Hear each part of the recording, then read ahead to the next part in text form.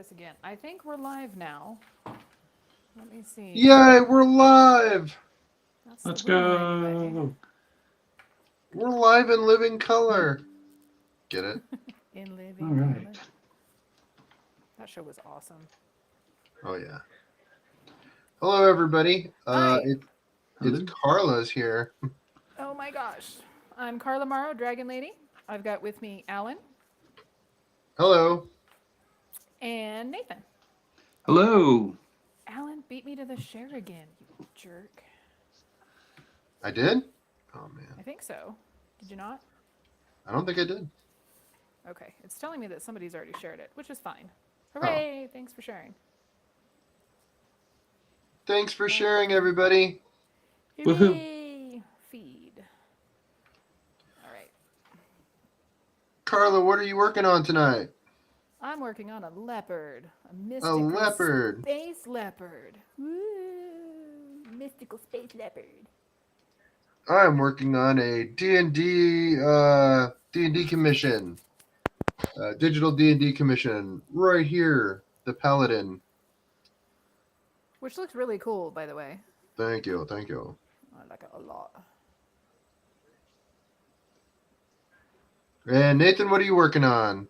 I am working on some concepting, development, because I want to create some of my own iterations of Superman and Oh, other sweet. DC heroes for the purpose of targeted industry work. Nice. So right now, I'm developing a Superman and Clark Kent. Because I definitely want to pull a lot of influence from like the golden age of comics and other versions of Clark Kent and Superman. So, Was this going to is be that like a? industry speak for fan art with a purpose? Pretty much. I would say that's pretty much what you'd call it. I mean, you can say the same thing about doing like stuff for like D&D, Magic, and Yeah, RPG totally. work. If you want to work Totally. somewhere specific, look up how they do their work and try to match your work to them. Yeah. Because a lot of them have certain style guides and looks that they want, stuff like that. If you want to hit into that, then you need to make sure your work looks like it. You. Exactly. Is this something Or you were working look on where it was completely like, unique and, just create a whole new genre of storytelling that people like gravitate towards. uh-huh. That is also a good idea. Just depends on where you want to go. Yep.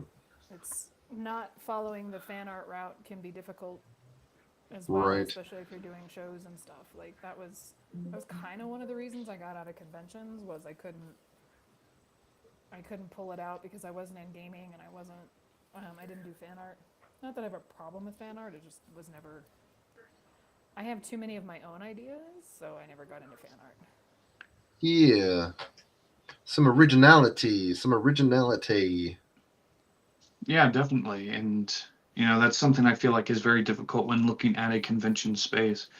Because I know for me personally, because I want to start building a portfolio towards working officially for certain companies, namely DC Comics, IDW for things like Godzilla, different things like that. For me, it's like, I'm pivoting gears a little bit since I have been working in the RPG space with various clients up to this point. It's I feel like it is time to do a little bit of a shift and do more stuff that I feel passionate about as well, and doing something right now where there's not as much pressure on my shoulders. Yeah. Can you tell people where you've currently been published, or is I it can tell anything a under few of the NDA? things. Okay. So I have done the covers for numerous projects at this point. One called When Fields Run Red last year. That was one of the first covers I got. Heck yeah. Cinder Edge, that did really well on Kickstarter. Nice. Ultimate Toolbox, which did pretty well on Backer Kit. And I've done a lot of interiors for different companies. Some I'm not allowed to say just yet. I've also done trading card game work for a company called Trivium for a game called Time Rift. Nice. Heck yeah. Are you hoping to do more trading card stuff, like get into like the holy grail of magic or stuff like that? Ideally, I would love to. I think I want to take more time to do more personal pieces with more fleshed out scenes. Since when you do interiors, when you constantly do interiors for clients, that kind of ends up what you're stuck with. So I need to take some time to do more actual fleshed out full scene illustrations to show that, hey, I can do full compositions like this. Nice.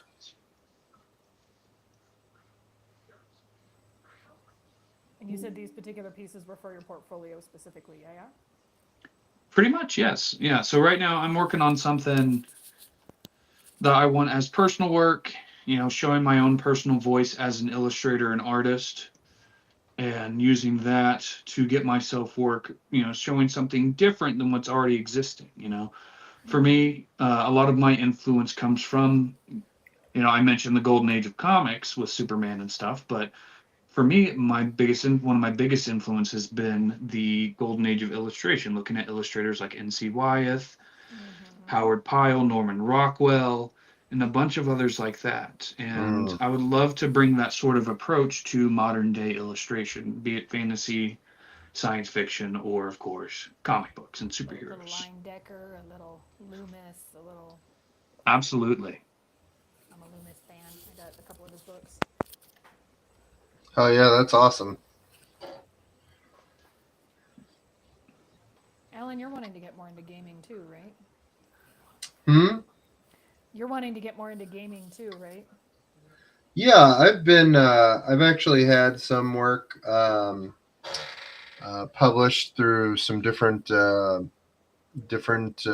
party entities, like Storm Bunny Studios has my work in a supplement, and Beholder Gaze Dice, the Scottish dice company out of Scotland, uh, was one of the first people to hire me for making some creature art to go on the back of like some cards that you would get with a dice bundle, which was pretty cool.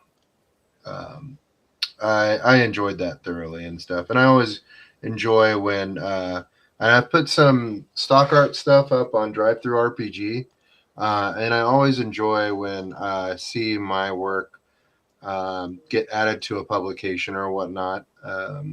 And I like to even, concept my own stuff occasionally, like my own TTRPG design stuff. But that's kind of a new venture. But yeah, so, So but putting your stuff up on the RPG drive-through, is that, can multiple publications use the same artwork then if they all, yeah, or is it okay? yeah, multiple publications.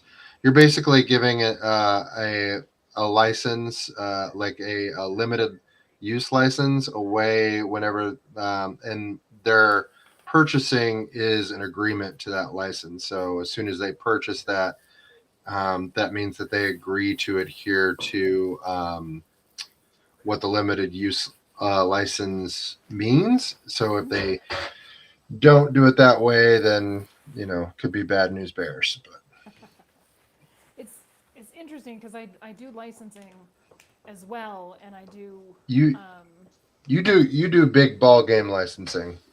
well, it's different ball game licensing. I'm not in any gaming books, but my stuff has been published. But like I retain all of my own rights to everything. It's just I can't like publish those images on more Oracle decks and stuff like that. So Hmm. it's still limited as far as like I can't repeat a lot of the same products. Although with a lot of my work in general, it's what's the freaking term Hmm. I'm thinking about? It's non like cross stitch companies can all publish my work without running into issues because it's not non compete. Oh my god, I am so brain dead today. There's a word I'm looking for, and of course ADHD brain is ADHDing, and I cannot think of the stupid word. But um, basically other companies can use the stuff except for the Oracle deck. So my work is, if it's in one Oracle deck, it can't be in any more. Mm-hmm. So with that being said, when a company uses your work, licenses your work, now they pay you a licensing or royalties, right? Correct. So anytime my Oracle deck sells, I get 10% of that sale. And like Interesting. as of right now, 2 of my decks that are through Blue Angel have been put into French. So they're selling the English version and the French version, and I didn't have to convert that. They did that. And then I want to say they're thinking about Spanish, but they also get first right to refusal for my next several projects. So if I decide to do an Oracle deck, another Oracle deck, I have to pitch it to them first. And that's in my contract. They get first right of refusal to my next like 6 projects. I just haven't done any other projects since I finished the book that was the illustrated language of dictionary book. And I think they've turned that down, so I'm gonna have to self-publish that,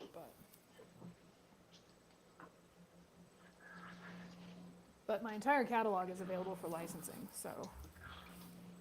Oh, that's Yeah. cool. I have shower curtains and cell phone cases and, oh God, blankets, diamond dots. Diamond dots actually picked up some of my children's work, and that should be coming out in like Hobby Lobbies and Michaels and stuff for their children's lines. Yeah, see, I'm not familiar with that kind of licensing, but that kind of licensing has always intrigued me. Yeah. As far as being able to get like a royalties check in for people just making products out of your artwork, it's kind of similar, but like a little bit more on the upscale end than TTRPG products. Yeah, it's nice because I have the agent, so I don't have to think about it. So I just get a licensing check every couple of months, and Nars. I'm not having to. Now that being said, a lot of my work doesn't carry well over to licensing because it doesn't vignette well, and it's not great on products and stuff like that. So the stuff that is getting picked up is a lot of my children's illustration, which is on my website, but that's about it. So Cool. So, curious question then is for anyone wanting to get into licensing, what would you tell them? Would you say that the first thing that they should do is find themselves an agent? Would having an agent make it better or easier to get into the licensing field? yes, the agent also takes upwards of 50%. So he's paid well. I have Tate Licensing as my agent. It's the same agent for Frazetta and Amy Brown and Paizo now, right? Thompson and Paizo. He just picked up Paizo. Yeah. So that's really cool. And what's nice is that if I'm at a show and somebody approaches me and asks about licensing, I just send them over to my agent. So I'm not the one dealing with that. I'm not the one keeping track of when they're sending me checks. I'm not the one who gets to go after people for violating copyright. He does that. He's got nice big lawyers, which has Nice. helped. It's helped at shows actually quite a bit because I've had people come up and like try to talk about like using my copyrights and stuff like that. You do enough shows and you get shady characters that come after you, and then I can just start saying, my agent. I Yeah. have an Or agent somebody's and like, this would look really great in this NFT. Yeah. Talk to my agent, buddy. Exactly.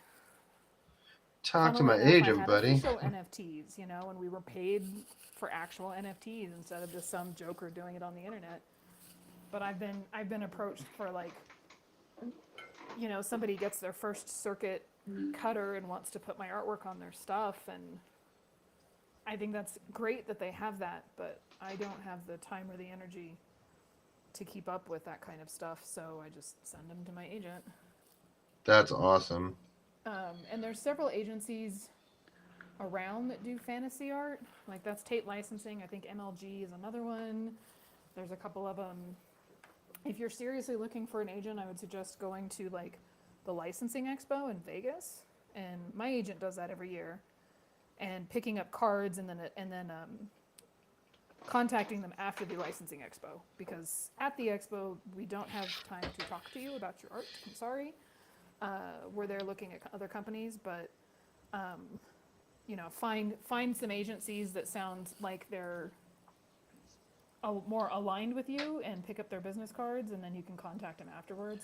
Now, would you recommend bringing your like portfolio to that licensing expo, or just like picking up cards and reaching out through email? Picking up cards and reaching out through email. So there's a lot of the companies that go to that are not licensing in, they're licensing out. So that show, like Disney and Marvel and Hasbro do that show, and they're not looking for new licensing, they're looking to license out their brands. Right.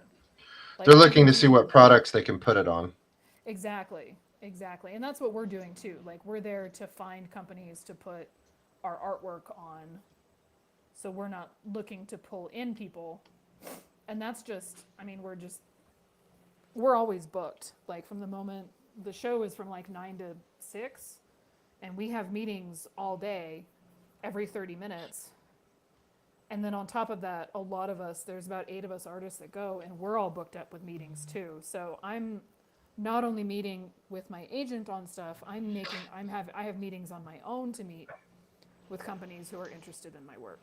So I guess I'm kind of like curious, like, sorry, but we're making this a whole licensing stream. I'm kind of curious. Would you recommend having licensable work to show, like, because Yes. like not everything that you do is probably like everybody thinks like, yeah, I can license everything I have, but No. like maybe there's some aspect of your work Mhm. or my work that might be like more licensable than other work.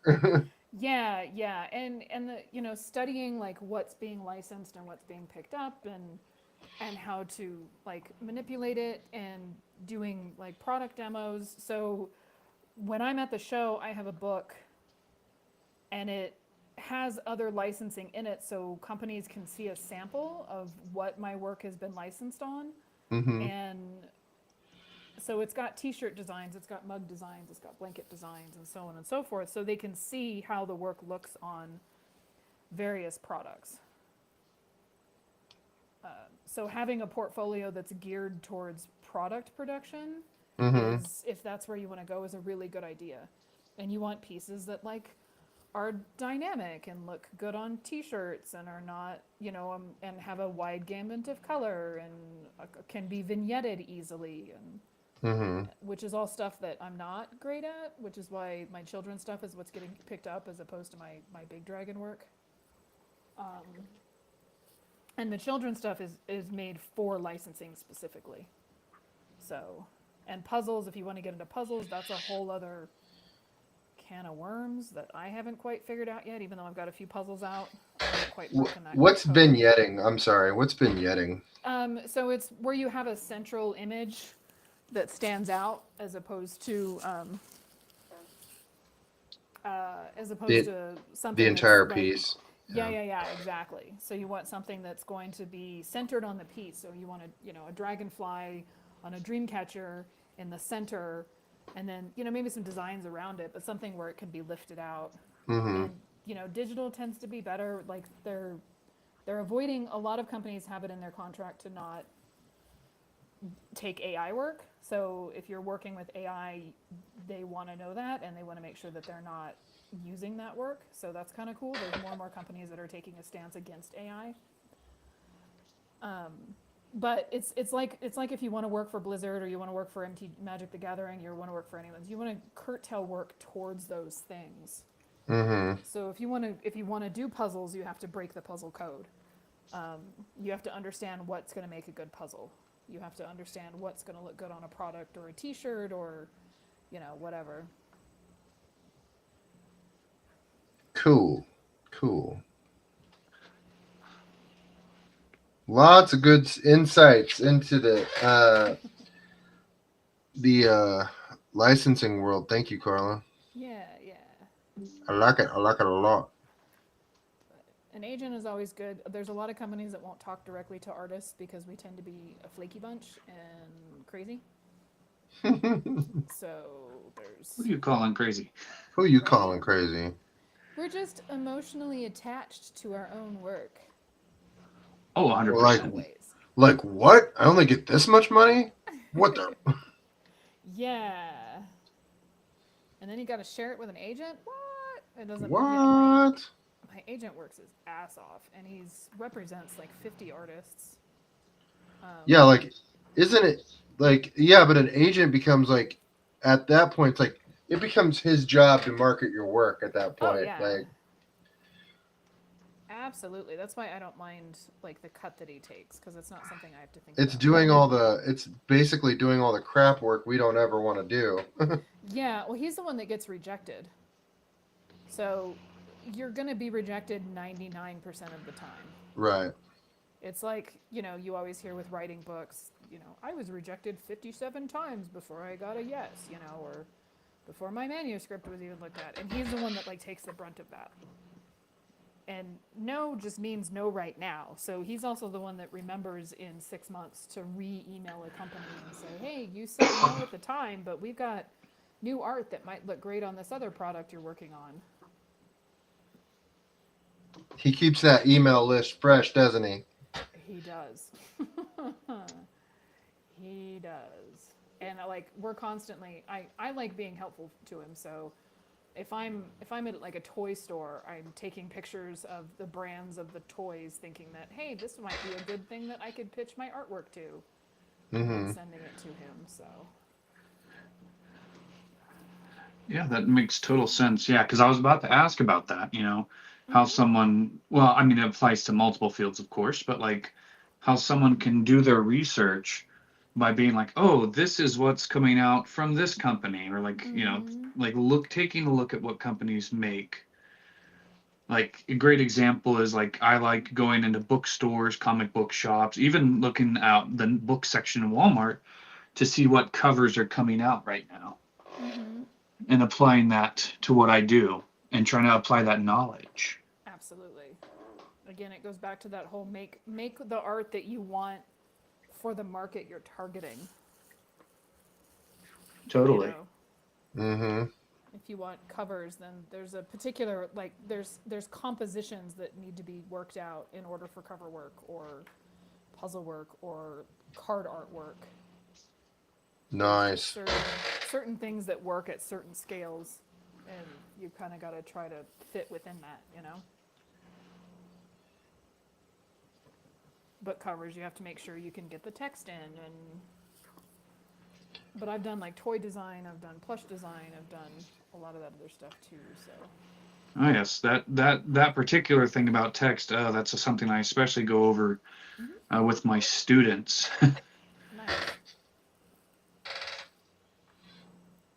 Can't fill the whole damn page. Correct.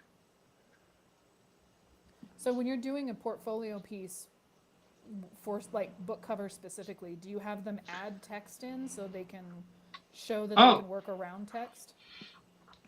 regarding my students, I do have them put the text in. Nice. Um, I know for the most part, your average illustrator is not really going to work with type Right. unless they make it a part of what they do. Yeah. So in my case, I tend to like if I do my own portfolio piece for a cover, I will I will consider type placement and like with some poster work I've done for like a local poster show, which I have another one I'm working on right now. I Nice. know I'm not technically allowed to share anything right now for it. So, but when I finish it, I will do some type by hand for that. I'll do some digital type for it to set that up. I know. I know a lot of artists right now are like they do a lot of pitch mock-ups right now. Like that's kind of like for like even for cover art and stuff like that or product art, they'll do a lot of pitch work Gotta that have the pitch deck. is mocked up with the title and everything on it. Yeah. Oh yeah, It's kind of, yeah, even though that's not something they're going to be doing, they need to at least prove that, they can work around text blocks and stuff. So Hmm. that would make sense.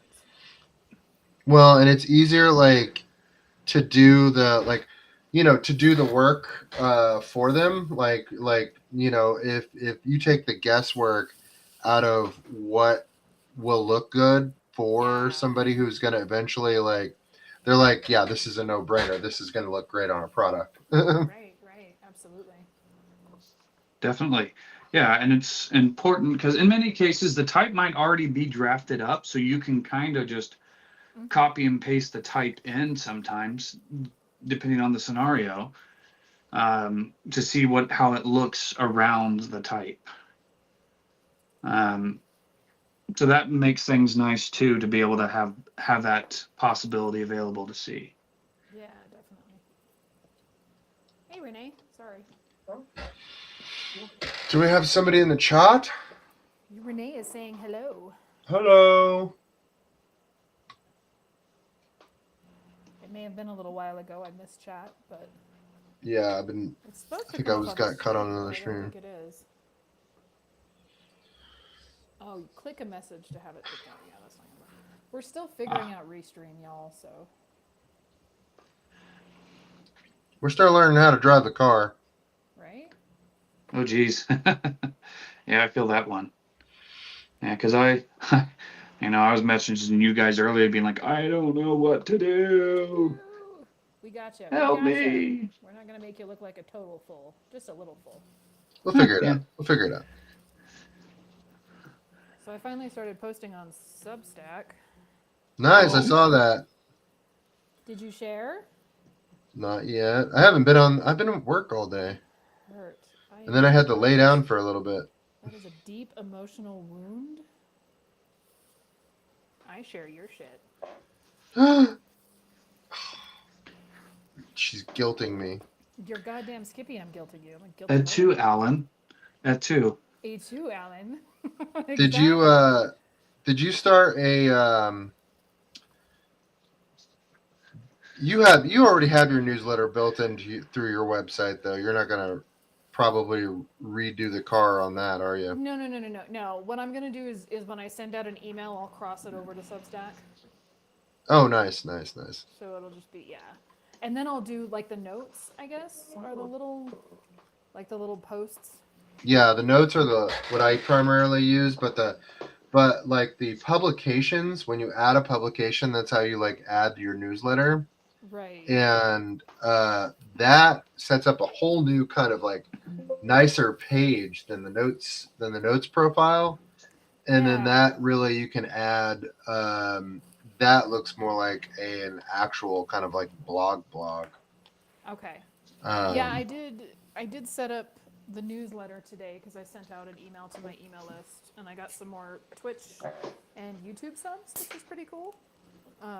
So if you're on Nice. Twitch or YouTube, thank you for following me and welcome. Sweet. Um, yeah, and I know you're supposed to be able to live stream to Substack as well, and I need to figure that out.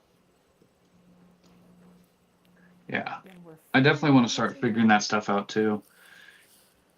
Because I know I do have a lot of stuff I'm not allowed to share that I'm working on or that I might be working on. So for me, I want to be able to do stuff like this Superman stuff to where it's personal work, to be able to share that in place of client work. But it's also about, you know, carving out the time to do such things. Yeah. Oh, yes. Um, doing art full time is a pain in the rear. I came into today is supposed to be a day off, and I ended up coming into the studio to kind of start my business plan for the year. Since a lot of what I do is changing, and figuring out a social media plan is in that. The algorithms are so like crappy right now because I know like YouTube and I think Facebook does this too, where it goes by percentage of people that interact with your profile. Mm-hmm. And I have 107,000 followers, which looks freaking amazing, but the people that are actually interacting with my page, it's only like 0.001% of people that are interacting with my posts, which is not them, it's Facebook. Um, so it Oh looks yeah, like because I don't have a lot of. they worked throttling into their business Hmm. plans to get you to pay for like being seen Yeah, more, which exactly. is a pain in the dick. Sorry. Yeah. So what I'm severely considering, um, like just starting a whole new page. Because I have too many followers that, some pages can do like at everyone and it'll message everyone on their page, but my page is too big to do that. So I can't do like big announcements on my Facebook page because nobody sees them. Um, Mm-hmm. I'm debating on if it's worth like just starting a whole new page, um, and then connecting the two pages. So I would still upload stuff onto my main page, but it would be, super secret followers, come follow me on this page or something like that. I don't know. Right. Um, but I Yeah. wanna I With wanna build. Go ahead. it's really hard to find where like the algorithm, like where people interact the most with algorithms and stuff. Yeah. Um, for the longest time, mine was on TikTok. Like I got a lot of people interacting on TikTok and stuff. And like I thought that was great. But I didn't have anywhere for them to go. Like I didn't have my store set up. So it's Mm-hmm. like now that I have a store set up, but I went ahead and got rid of Cause screw TikTok. TikTok, just because of shady practices or whatnot, and just like my feed got totally fucked one time. As for Yeah. sorry, rated R, earmuffs, kids. Don't My cuss. feed got messed up with how when the purchase got taken over, Ah. and it's just hopping on Substack has been really like a lot of engagement so far, which I've been pleasantly happy with. But also, like, I'm also thinking about my business plan as far as like doing in-person shows and getting to go Mm-hmm. to Ren Fests and getting into different types of shows and stuff to show a different clientele my work. Yeah, absolutely. That's all. Like I've got mine broken down so far into kind of where I want to focus and like live streams. Gosh darn it. I want to be available for like more available for the people that follow my work. So like seeing me on live streams and like live painting at shows if I can find a good consistent helper, and um, uh, pushing my email list and stuff like that are all things that are in my business plan. Um, but I have to be careful because I've just come out of basically 2 years of burnout and um, a lot of other crap. So I need to be careful of what I'm pushing because we're not. Most businesses have a social media person and a show person and a making the product person, and we've got to do all Mm-hmm. of it ourselves. So that makes it difficult to make sure that I'm getting enough painting time, because if I'm not making art then I have nothing to share. But if I don't post on social media or my email list, then nobody sees the art that I'm making, and if I'm not Right. going to shows then I'm not making money, and it's a circle jerk, and finding the balance is something that even after 20 years I'm still struggling with. And when I came up in this world, there wasn't social media. So we didn't have to worry about posting to Facebook. You had an email list, but you sent out an email once a month, maybe. And it was like, here's the new work that I've been working on, and this is the shows that I'll be at, and that was kind of it. People didn't have this free reign into our lives that they do now. Right. That's expected. We're expected to be the one that answers messages and is available to talk or give advice or things of that nature.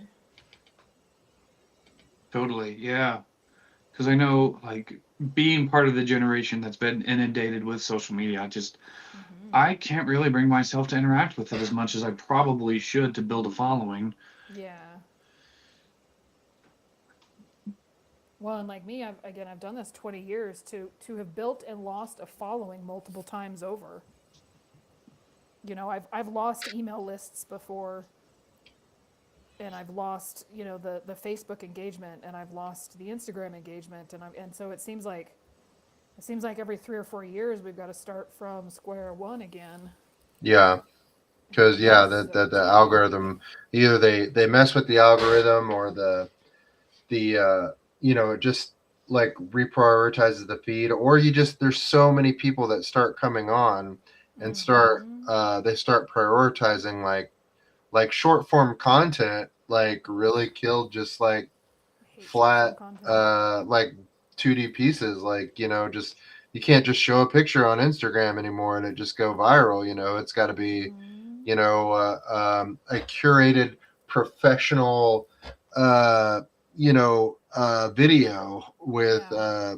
all the after effects, and I'm just kind of Yeah. like, who, I ain't got time for all that. Yeah, and I know like we just sound like Luddites or whatever, but it's like when I'm painting the art and I'm planning out new pieces and I'm going to shows and I'm making the products and I'm building the website and I'm putting together the products for the website and I'm, working on licensing stuff and I'm, it's We too got time for all much. that. Exactly. And I have art friends that have like abandoned shows and are just focusing on licensing, or have abandoned licensing or just focusing on shows, or just do shows and email lists, and don't do any social media and stuff. And all that really is starting to sound appealing. And then on top of all that, you have AI bros that have completely flooded the spaces. Like, Yup. not even going to talk about the fact that AI is built off of all of our backs. It's, Etsy and a lot of these websites that artists used to sell on are now flooded to the gills with AI, and we can't keep up. I can't crank out 20 paintings every day. Right. And then, like, I mean, it's so even like, big companies like Walmart are using AI for material goods and services, and it's just like, Yeah, and then because people get surprised when what they receive looks absolutely terrible. I know. And Yeah, and I do, like, there's a part of me deep inside that is holding out hope that, like, there's a lot of people that are starting to lose faith in online purchasing. So they're only buying stuff that they know is going to look good, or they know is going to be the right thing or whatever. But that's only right now. I mean, AI is getting better. And granted, if you're going to buy an AI crystal mug and have it look like garbage, that's still something that you're probably not going to purchase again. But and Well, then you here's the buy thing. like One of the things that I do with my digital pieces, especially because like I know AI has surpassed my ability to render in digital, and I'm just like, you know what? Fuck it. I'm gonna lean into the imperfection of my art, and you will know that it is my work because there will be blaring, probably imperfections, a wonky arm, some type of thing that just see didn't that get. crappy ass painting, that's mine. Yeah, see this fucking shit right here. That's mine. I mean, I'm gonna do my best. I'm gonna do my best, but I'm not But I'm not gonna. going to do any better. Yeah, like I'm. It is like quiet quitting on like trying to go above and That beyond. hurts my heart. well, Oh no. I mean, that's why a lot of artists right now are going back to traditional too. I mean, that's Yeah, I've seen a I lot of big name artists like they are switching gears to original art right now. if you had asked me 6 months ago if I would go back to traditional, I would have said you're going to pull my iPad from my cold dead hands. But then, like, literally within 1 week to the next, I was like, okay, yeah, I'm going back to traditional. Like, it was just Hmm. that simple. It was just like, and I mean, I miss the drag on my brush. Like, that's such a weird thing to say, but no, I you know, understand completely. yeah, you paint digitally, and don't get me wrong, digital's great. I still do 95% of my drawings are digital still. Um, You do a lot of I'll start layout in there. digital. I do. Yes. And I do a lot of adjusting and a lot of fit because it's easier. Because you just put it on another layer and it's fine. And I've got 30,000 layers and that's fine. Because I don't want to mess up anything. I've got like 2 layers right now. I know. I think I always yell at you to make more layers. Yeah. I would be the opposite. I would try to do as little layers. For me, I would do as little layers as possible because I'm trying to treat it like painting traditionally. Yeah, In my and case, which makes total sense, but like for licensing and stuff, or even so I can go in and change, if I want to add a different color, I can go to a different layer and change the color on that one layer or stuff like that. Yeah. It allows me more freedom when Ah. especially for stuff like licensing and whatnot. But that being said, my digital watercolor brush feels the same as my digital oil painting brush, which feels the same as my digital light brush or whatever. Like there's no difference between the paint styles. And right now I'm painting in watercolor, gouache, and acrylic, and each one of them is a very, very different medium. oh, definitely. Yeah, because I mean, for the most part, I've been pushing heavily on all my client work to do traditional, and goodness, I can say the feel is different. And, I'm kind of glad I decided to push traditional because don't get me wrong, I sometimes feel like if I stuck to digital, I'd probably be doing Magic the Gathering and stuff like that by now. But I really wanted to be able to do something physical. Yeah. And so since I was an undergrad, I wanted to start pushing traditional illustration and traditional techniques. Your traditional techniques will transfer over to digital, but the same is not often. Like it has been several years since I've been out of college, and like I have forgotten more stuff about color theory and everything than I remember about like about the materials themselves and how to mix them. So like it does not, my digital skills do not transfer over to making something look good in traditional. So I have to reteach myself a lot of my traditional skills, to be able to blend color and do all these different things. It's really kind of a pain in the ass. I'm a fan of your pencil work, so. Yeah, I mean, and I think pencil work is great, and I like pencil work. It's just like, let me say, yeah, I mean, a pencil is like my, what do you call that? That's like Your my first happy love. place. Like where I go to like hit flow state as quickly as possible. Is just in my pencil work and my line work and stuff like that. But there's a point where if you have a goal and you have a direction you want to move and you want to level up and you want to challenge yourself to new things, you kind of want to have a good understanding of color theory. And even with black and white, understanding color theory is really great. And even knowing how to blend mediums and how to understand the material science behind how certain materials mix together is super important. And like you just don't get that kind of chemistry all the time with digital. You can recreate it No. with layers and effects and different things. You can recreate it, sure, but like I It's don't not the know. There's same as, certain chemistry that happens when you put it down yeah. on paper. It's definitely not the same as like, and even when you get into like paint brands and stuff, like there's certain colors that I have in Daniel Smith that I won't use in Winsor Newton or whatever because that particular Prussian blue overlays over my dioxazine purple in a way that Mm-hmm. you wouldn't get with a different brand even if it's the same color and the same pigment. So Right. Yeah, it's learning your materials to the point where they no longer are a hindrance. And yeah, because it's like, oh my gosh, like great example of dioxazine purple. this is my You think, favorite oh, color. purple is purple, but No. yeah, dioxazine purple is like king. That's Yes. like you want a good saturated purple, you're getting dioxazine. That's my See, favorite. this is shit Oh I my should be god. writing down. I love I'm that getting dioxazine free. I'm getting purple. like artistic advice here. And it's the same thing. I mean, like Prussian blue acts as a pigment acts so differently with other colors. It's a deep, staining color. So once you put it down, it never comes back up. And it pushes other pigments out of the way, especially if you're working in watercolor where you're working wet into wet or something like that. And having that understanding of how the pigments interact.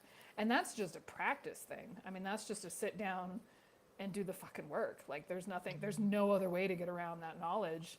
You can watch all the YouTube videos in the world, but if you don't understand how to lay down the paint and how much water to use or what the paper feels like or various papers or whatever, it's not something, you're ever going to learn by watching a YouTube video. That's why you always got to keep testing yourself and trying new stuff, Even if you're not going to even if you're not going to continue in that medium, you gotta test the waters and build new neural pathways and keep your plasticity going. You gotta stay limber up there with your creativity. Yeah, Totally. Yeah, because it's some of that stuff can be really difficult. I definitely wouldn't suggest making so many changes at once because that's kicking my rear. But absolutely.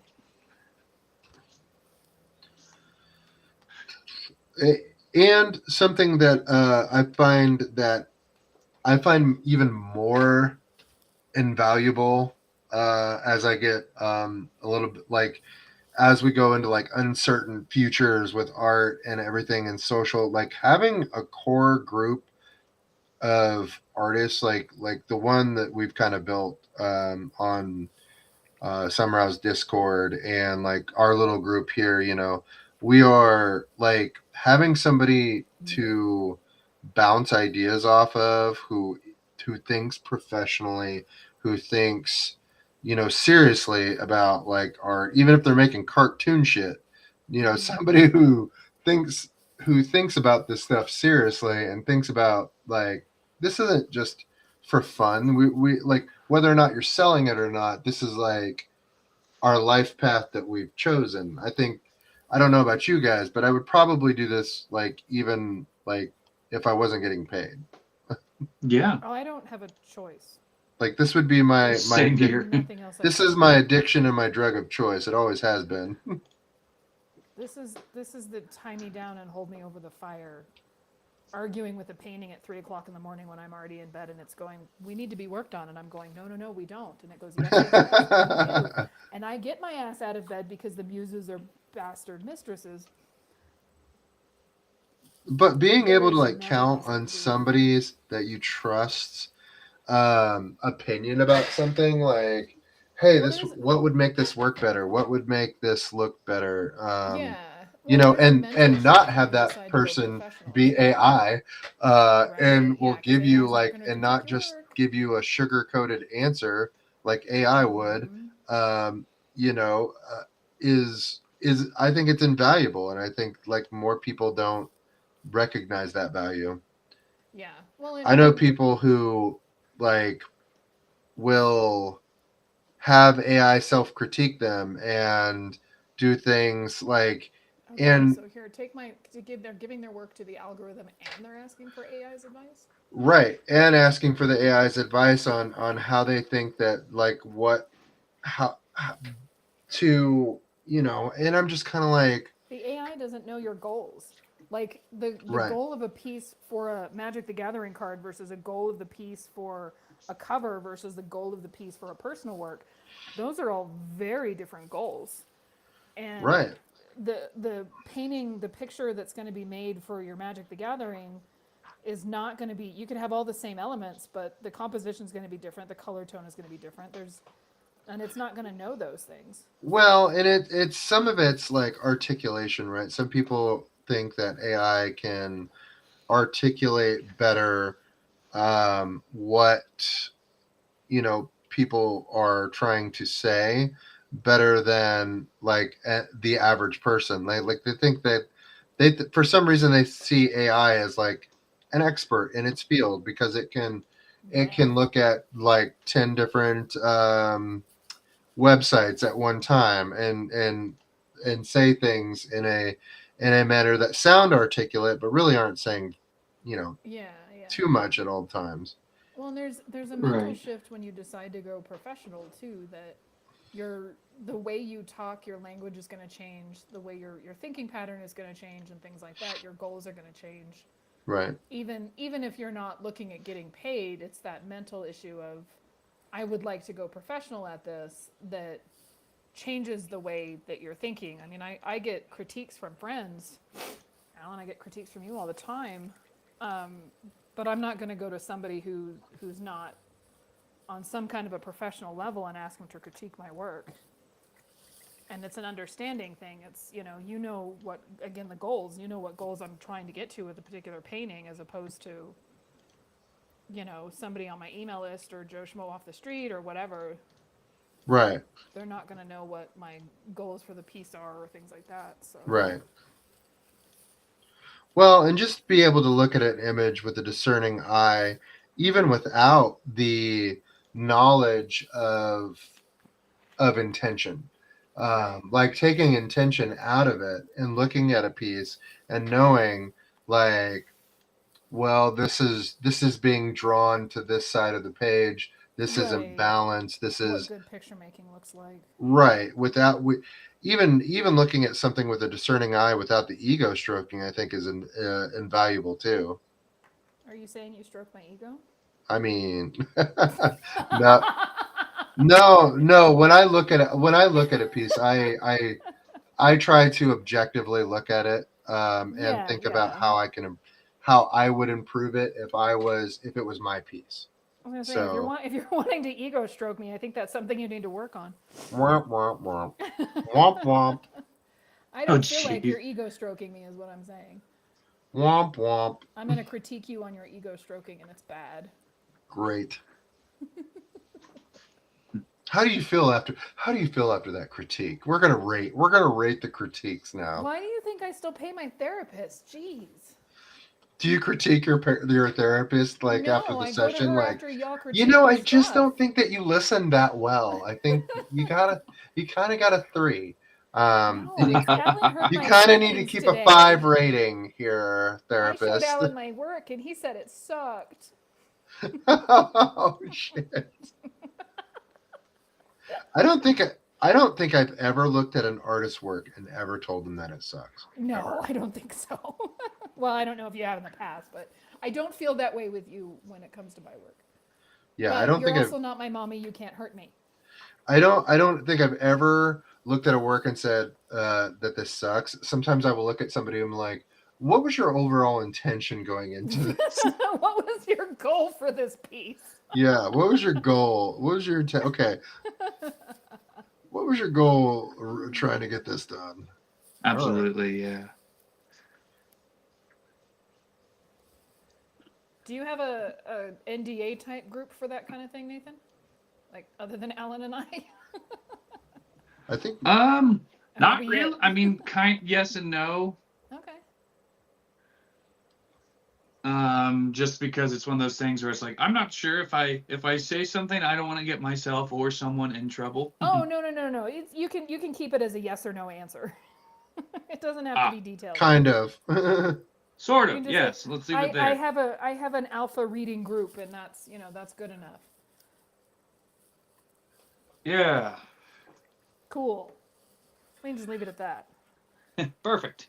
Like sometimes do you ever like throw stuff out on social media and it just does not hit, but like you take it to a show and like people Oh, think yeah, it's like all the the time. fucking greatest thing you've ever done, and All I'm the like, where time. was this on social media?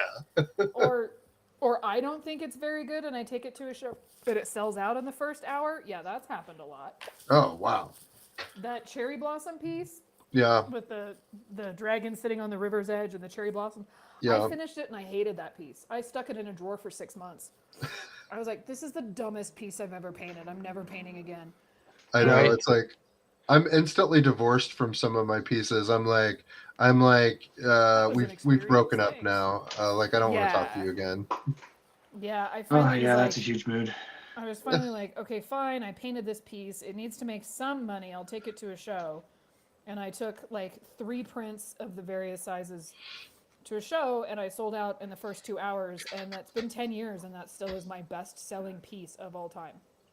Yeah, I have some older pieces that still rock it at like that I'll still print off occasionally Yeah. because they're like, everybody thinks they're the tits still, and they still sell whenever I bring them out. So Yeah. And it, Yeah, I mean, one thing I've noticed, especially, it feels like, just with my experience having done client professional work and stuff like that, it seems like in a way personal work for me does better than my client work, even if it's, published and publicly known, because I feel like when you do personal work, stuff you enjoy, stuff you want to do, I think people can tell when more passion is brought into something. mhm. right. And sometimes, now obviously, we do run into the situations like you're talking about, where the pieces we hated sometimes become some of our more successful ones. You can hate a personal piece. That's very Oh, true. totally. That's very true. Yeah, because that's what I've got, that Dune piece I need to read. I basically quite literally cut off or sanded off the background to redo, and I still haven't gotten around to doing that yet.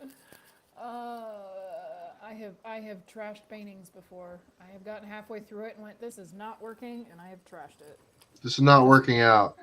Yeah, because with watercolor, you're kind of hosed. I mean, you can Oh my goodness, yeah. paint gesso over it and then go to acrylic, but you can't do watercolor over watercolor once you're Yeah. Yeah. shit. And Yeah, I and have oof. thrown away some very expensive boards before because I went, "Well, I screwed the pooch there. Let's try again." Yeah, because I know like right now, oh yeah, that's right. Open acrylics, Carla. How have those been? Yes. I need to get a humidifier, but I'm digging them. I'm digging them. I don't think I'm getting the same, like, of course, openness that oils do, Oh yeah, of course. but That's it's definitely better. So, like, I just got white all over this. Um, their definitely blendability is higher than other acrylics. that And I makes think sense. once I get a humidifier, and I have one, I just need to bring it in. Once I get a humidifier, it'll do a lot better. I think that was mentioned in that Muddy Colors article. Oh yeah, I need to go back on some of that stuff because Oh, yeah, I isn't totally Muddy feel. Colors great still? Oh my gosh, yes. Thank goodness for them. But yeah, I'm digging them. I need to sit down and learn and really like dig in and practice. And I need to do that here soon because I'm going to be using open acrylics in my live painting in 2 weeks. Nice, yeah. So I'd like to know how to use them before I'm doing it publicly. That's a good idea. 100%. I kind of did trial by fire with some contract work with those, which I think for the most part I was pretty successful with them. Yeah. But I'm excited to because mix them in with some of my other, doing once I get all the watercolor and gouache on this one, like doing a glaze, sealing it with acrylic, and then going over with the open acrylics that I have, because all the colors that I bought are translucent. So Oh, yeah. super, super like see-through, which I bought for painting on like gold and silver metal, and getting a stained glass effect, which does work. So I am super excited to see where else I can go. But then doing like the shadow and the highlight in the eye with the glazing, acrylic glazing, so it looks like it's sitting on top of the other, like the stars and stuff. That's kind of my goal. oh yeah. I think. But I would like to start buying more of them, and maybe some not so translucent ones for painting on this kind of stuff. So Right. Yeah, because that's what I want to make sure that, like, I think definitely one thing I noticed is making sure that I get some good opaque colors. Because I pretty much operated off of, in terms of the open acrylics themselves, I operated off of like what was in the multi-pack. yeah. And then I need to actually buy more tubes. Right. And paying attention to what the color actually says on tubes, because I was trying to get more titanium white and instead bought one of the other whites on accident. No. And each of the whites work so different from each other. Oh my gosh, yes, because I Chinese know white, it. titanium white. What's the I- other one? Zinc. Titanium. Sorry, I know, somebody I'm was trying going to hard bound not to to do say it. tit white, because that's usually what... Did you just say tit white? Yeah, that's what the shorthand for titanium white is, tit white. Tit So white. if you're reading an article or something and it says tit white, that's what it is. Nice. Just so you know. Tit white. Titanium white. And never paint with black. Always mix your own blacks. 100%. Yeah, because that's what I mean. Certain different methods, of course, I do it because I experimented a lot with it. Is with this recent project of mine using open acrylics, but I had to use my non-open acrylics to do so. Is alizarin crimson mixed with phthalo green makes a really solid start to a black. Hooker's green works really well too. That's a nice Hookers? one. Yep. That's Alizarin crimson and Hooker's green. I've never heard of Hooker's green before. Really? Mm-hmm. Oh, do I have any Hooker's green? I know I had it in acrylics. I don't know if I have it in Viridian, sap, medium green. I wonder if I have it in a watercolor. I have way too much paint. That's a lie. You can never have too much paint. But like, these are my greens and yellows in watercolor. Perylene, Cascade, Undersea, Prussian. Oh man, I don't think I have. Oh, I do. So this is going to be Hooker's green in watercolor. It's a little closer to like a. Come on. I have not used this color in a long time. Open! Ah. And I don't have any pliers here. Oh no. It's kinda. Let's see if I can do this.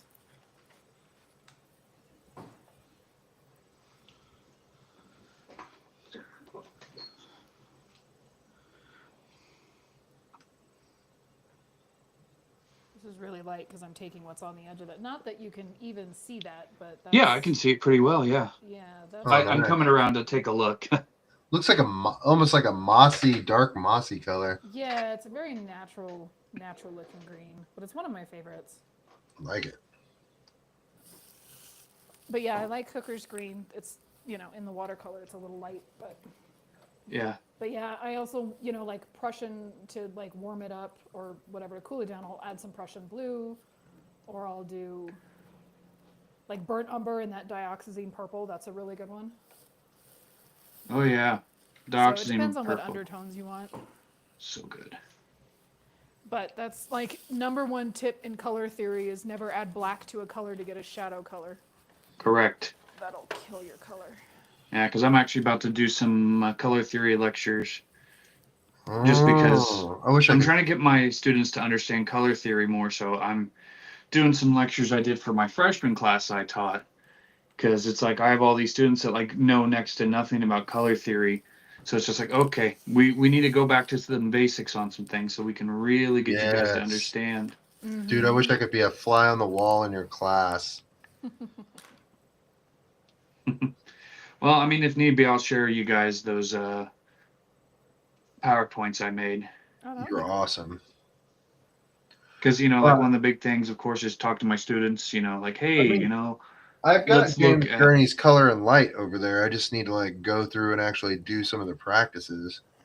Same here. Don't get me wrong. It is bullshit that you can't just buy a book and learn by osmosis. I know, right? Like, that should just be a thing where you Like, buy the book and you have the knowledge. Like, I've paid for this. Why the hell don't I have this knowledge yet? Right. Before long, it'll just be like, buy a book and have AI read it to you. Oh, I'm waiting for the jack. I'm gonna just jack it in. Like, have the AI James Gurney life model teach you how to paint. How about having Jeff Hayes narrate it for me? There we go. Samuel L. Jackson.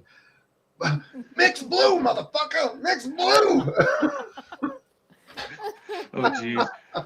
I just, oh, Shit. That would be actually kind of awesome. You know I would what? listen to the If hell the- out of that. poor You Billy know what? If Connolly. the in labor that. stuff, if they could get labor figured out and like pay people for their shit, I mean, there's a lot of cool applications you could do with AI. But honestly though, I just kind of like I want it to solve bigger problems than taking jobs. You know what I mean? Right? Well, do you Yeah, see, Like, I like guess looking people at the are actual, because it's like, like, look, Make a more efficient car engine. Oh, come yeah, on. yeah. but it's Well, I like guess we people are need, getting like disenfranchised. They're like so especially with generative AI, the slot machine is wearing off. So people are kind of are starting to get tired of like being able to generate whatever images they want. Mm-hmm. So there's been like a massive cancellation of people's AI accounts. Well, and then it's just like it back feeding upon itself too. That's so that it Yup. like nothing looks good. Yup. yeah, and one thing I have noticed with all that is taking a look at, like, I think people are also going to start being anti-AI, like, full stop when they're, Oh yeah, when everyone their is. electric bills, like I know there are places here in Indiana right now where they're supposedly getting electric bills of like $800 all of a sudden. Whoa. Yep. Yep. Those data centers going in. Woof. That's crazy. Oh yeah, and it's just like, yeah, let's just, and it's like, you got people actively protesting AI data centers, but Yeah. still getting these doing the, what is it, the AI caricatures. Oh, I know, Yeah. right? Oh my god, it hits a little hard for me because it's like, I've basically learned, Concept and work. because it's like, you know, my MFA director, CF Payne, one of the most famous people when you look at caricatures and characters used in editorial and stuff like that. Christian Misi, quite literally one of the top ranked caricature artists in the country. And it's just like, Yeah. man, just it feels like you're spitting in the face of these people who have put in years and, in some cases, decades of work in their craft. And you're Well, like, and it's all been oh, trained They let's on don't see know their. AI. what. That's the thing. They don't know their names. That's like that. That's Yeah. great that you say their names out loud because it's like you got to know the Say people's my like name. the people who built that industry. The people who like these little character generator memes didn't like come from nothing. Somebody learned those skills to develop that. Yeah, but like knowing who Mort Drucker is, Yeah. Mm-hmm. Gosh, I have another one. Tell them. Well, that goes Tell back them. to the Tell whole the people. like, I ran into a lot of pushback wanting to be an artist because my parents didn't understand that everything we touch has been touched by an artist. And like when you don't realize that there's a designer sitting in a cubicle making the art on your damn t-shirt, you don't Right. understand how art can be a job at all, and that's what it is they don't know how the sauce is made.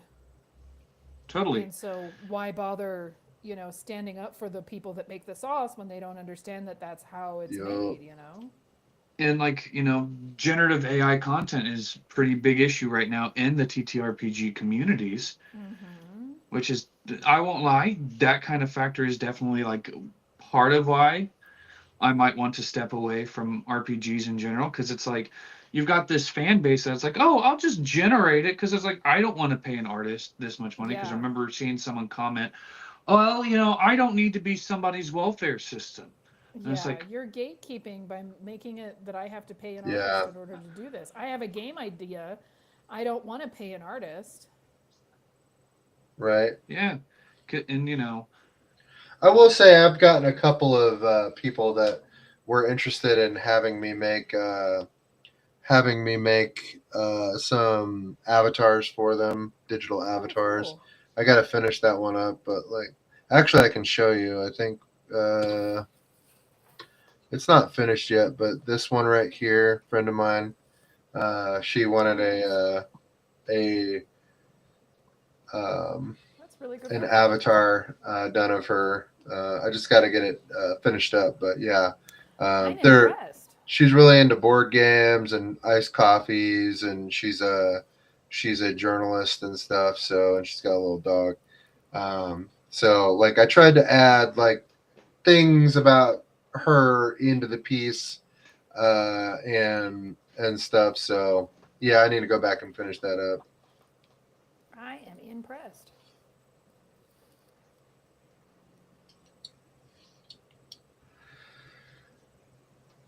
Oh, this is looking pretty good. I'm liking the shading on it so far. Yeah, it does. And Nathan with his painterly looking stuff.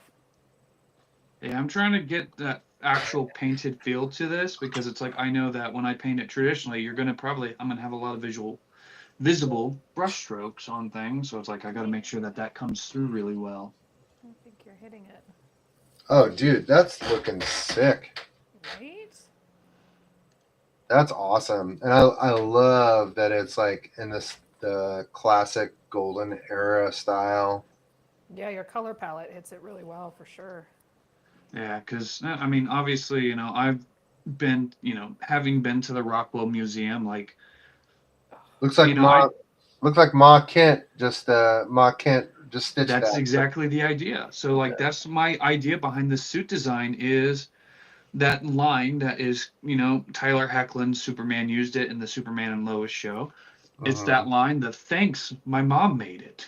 Like, Yeah, so that's trying to make cool. it look hand stitched a little bit is part of what I want to do because it's like I like the idea of doing a sort of like year one version of multiple heroes to where they have the more hand stitched look to their costume. Hmm. You look at Superman, part of his design, especially the use of the trunks, comes from circus strongmen wearing trunks like that. You Hmm. know, making him have a shorter cape because the idea behind the shorter cape is it's supposed to be worn underneath the clothing.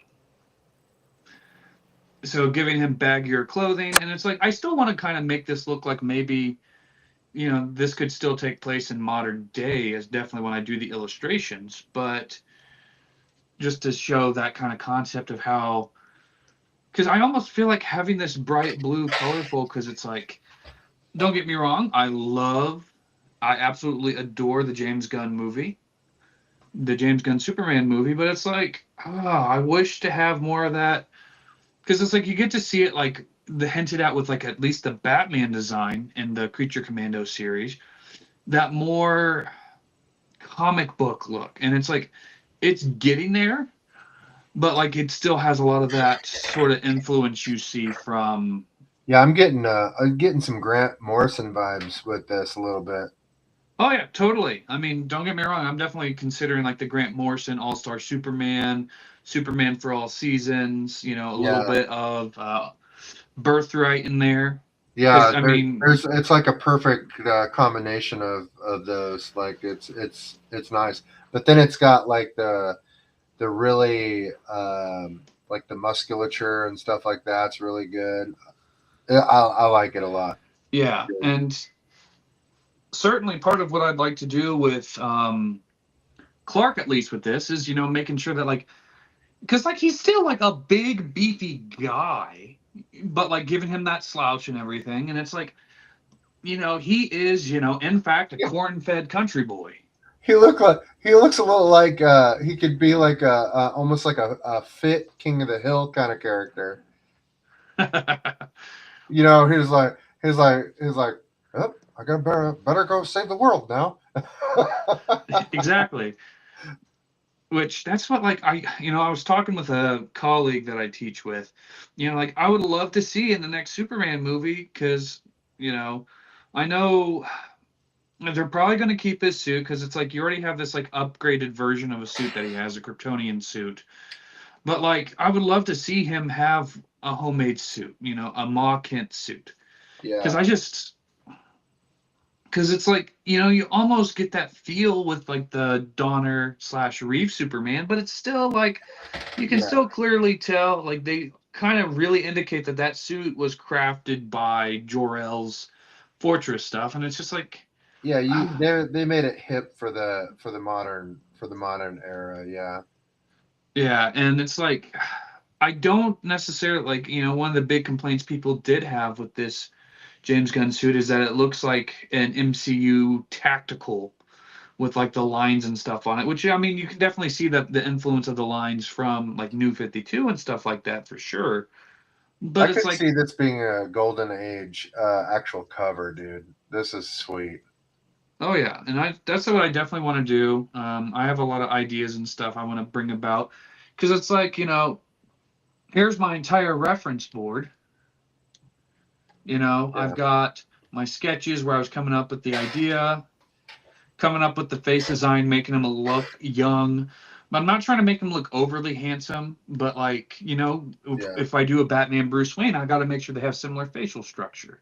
Right. But like taking a look at, of course, the Alex Ross, Yeah. Superman Birthright, All Star, but also taking a look at, Kirk Allen, the first live action Superman, taking a look at Oh George yeah. Reeves, Tom Welling, because it's Yeah. like he's got that young face. Because it's like you can kind of see similarities on Yeah. how each, you can see with a lot of the Superman actors that they have similar facial features. Hmm. One of the big ones is this like widow's peak thing.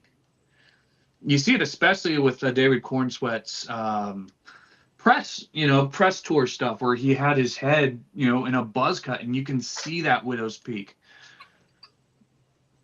especially so. Nope. Yeah, you got the S curl going real good there up to the side. Yeah, but also making sure it's like, to give a little bit of realism to it, being like, the hair actually curls around.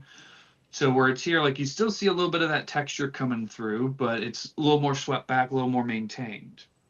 Yeah, it'd be cool is to look at a little bit of Norman Rockwell cover art and like Oh, almost do like absolutely. some Norman Rockwell with this style. Do some like Norman Rockwell tributes with this style. Oh, I Well, definitely plan on it. if you look at the Andrew Loomis illustration from the Golden Age of illustration, his faces are very Superman coded.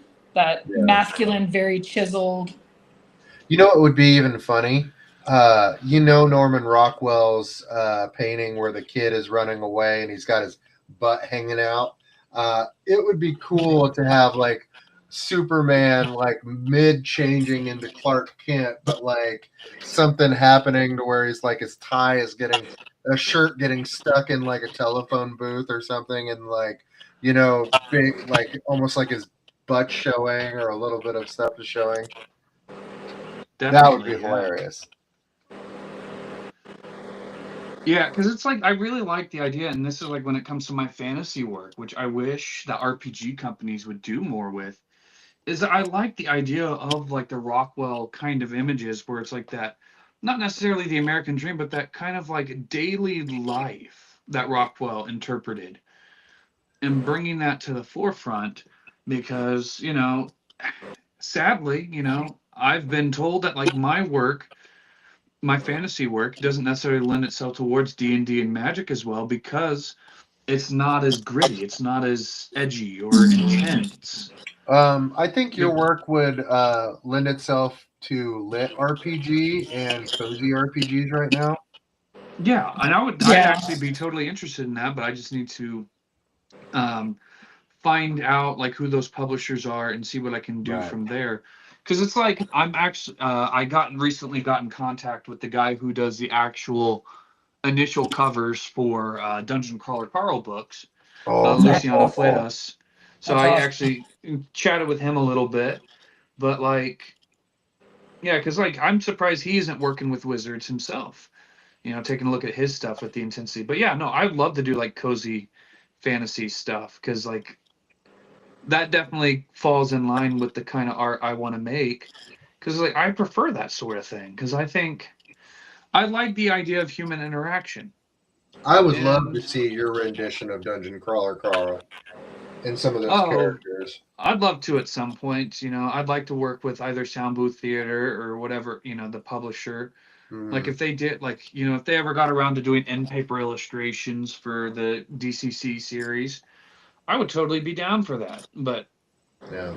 I need to, that's something where it's like same thing like why I'm doing the Superman stuff now. It's like I would need to put out some DCC kind of work, which, I know right now because you've got people sharing a sort of thing I'll be right with back, guys. I'll be Yep, right back. no worries. So you've got people sharing work right now where they're doing fan art Dungeon Crawler Carl looking at JC Linedecker, which Yeah. it's like darn, someone's already kind of beat me to that Golden Age stuff for DCC, so I've got to figure out. It's like, okay, well, I know Liondecker's not going to work out, but maybe taking a look at NC Wyeth, Howard Pyle, Yeah, other absolutely. artists, or even going even further back to Waterhouse, Bouguereau. That would be really cool. Yeah, do the Raphaelite Brotherhood stuff. Mm-hmm. Because Yeah, it's that like, would oh be my cool. gosh, like you want to see a pre Golden Age of illustration painter that does multi-figure compositions. Holy crap, take a look at Bouguereau's, Mhm. Seder pieces with like 50 women in them. I know, right? Like, oh my goodness. So good. Get a little Reuben in there. Oh yeah. Make Yeah, I've some got a Reuben. Reuben-esque woman.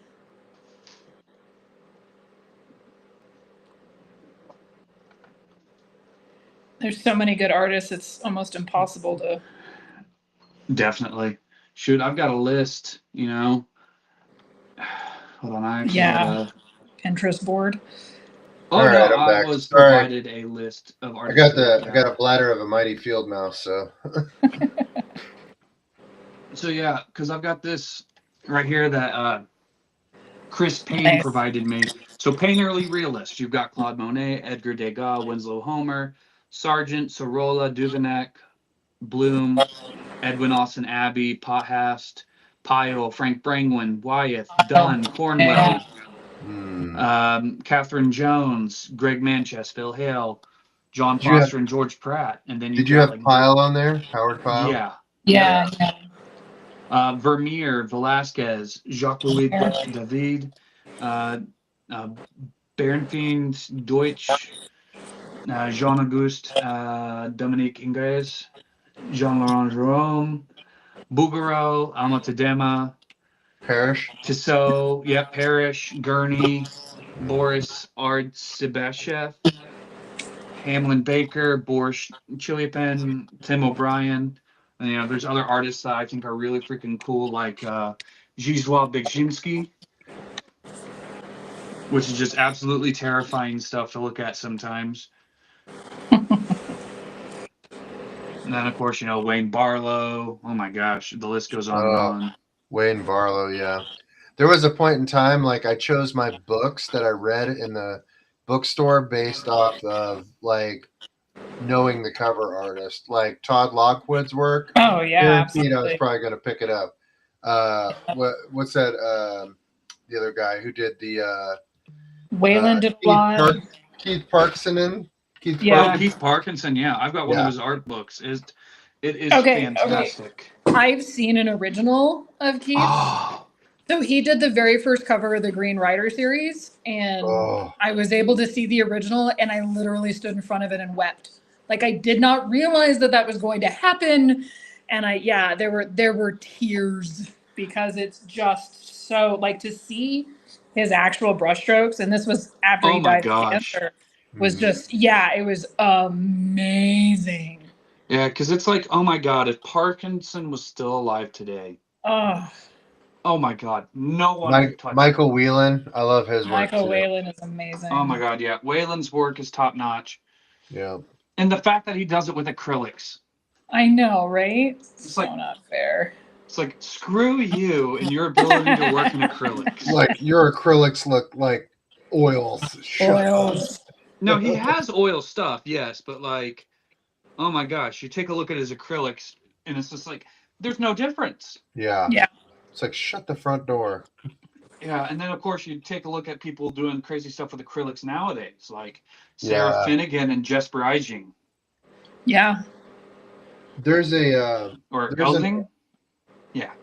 I don't know if it's watercolor. I don't know what he does, but there's a artist that does a lot of Terry Pratchett's world kind of stuff for Discworld, and he basically has all his stuff all over their website, the Discworld Emporium website, and I am just like blown away by like how much he can get into like a scene. Yeah, because some of these guys, it's like screw you and the high horse you came in on. I know, right? But they worked their ass off to get there, you know. Oh, Like definitely. the like I love to look at professional artists' work and see how like the sweat and the tears and the grind that they had to get there, and I just I think people consume and consume and consume, and they don't really stop and think about a human being did that. Yeah. Like a human being went out of their way to tell a story in this image, and really create this thing that has never been, especially with imaginative, like James Gurney's Dinotopia. I love that. I love Dinotopia because of the realism and the naturalism that he brought through with it. Oh, That makes me think of the one artist I wish stayed with fantasy and stuff like that is why am I blanking on his name right now? He did the cottage houses all the time. Kincaid? But he was Kincaid, yeah, because it's like you look at his work with Gurney. Did he do on Fire and Ice? Oh, that's right. Terribly written movie. Beautiful as hell. Terribly written movie. Yeah, which I mean, We to just be watched fair, it it's recently. I mean, no disrespect to Ralph Bakshi, but Oh, I love I don't Bakshi. think He you actually go. lives in New Mexico. I met him once. He's awesome. Yeah, But, no disrespect yeah. for him, but like I don't think you necessarily go to his movies for. Hey, Wizards is a damn right. masterpiece. Oh, Wizards don't is a get masterpiece. 100%. I can't deny you there. But like you look at like the Bakshi Lord of the Rings, you look at Fire and Ice. Yeah, Wizards is a standout for sure. Because it's like you get really like with Fire and Ice, of course, you get some really great points to where it's like, oh, It's wow, beautiful. this is The backgrounds, which is what Gurney and and Kincaid did. Kincaid did, were the backgrounds. And it's so And like it hurts my heart to see Gurney talk about Kincaid because he still has like the utmost respect for him. And Kincaid became such a terrible person there at the end that it breaks my heart, And the guy has skills. I Those think paintings. I think that's where sometimes like I have this problem with Harry Potter too, like separating the art from the artist. Oh, the art from the artist, yeah. Because like Harry Potter has like a special place in my heart. Like, of course, for a lot of us, the characters do. Like, the bullied kid who actually becomes something. Of course, yeah. And just what it became to our family became like the movie that we watched every Christmas, right? And and I don't that will always live in my heart. But like, yeah, sometimes. But do you guys know what pencil artists and concept artists that really make me like drool as far as when I look at their work? Alan Lee and John Howe. Oh my god, John Howe. Oh my god, that helped concept the Lord of the Rings. Yep. Yeah, I have their separate sketchbook collections of the sketches they did for Lord of the Rings and The Hobbit. Every time I look at their work, and I just want to throw my pencils across the room and be like, fuck it. God, I feel that way. The Hildebrandt brothers, the fucking Hildebrandt brothers. Oh my gosh, yeah. Which that's what I do have my criticisms of their work, but like hands down, they have their Tolkien Years art book is one of the best put together art books I have ever seen because you see the entire process. Wizards. Oh my god, yeah. But like that's one of the things where it's like, like taking a look at what they did, it's like, okay, what things can I pull from what they did? Because it's like, because it's like,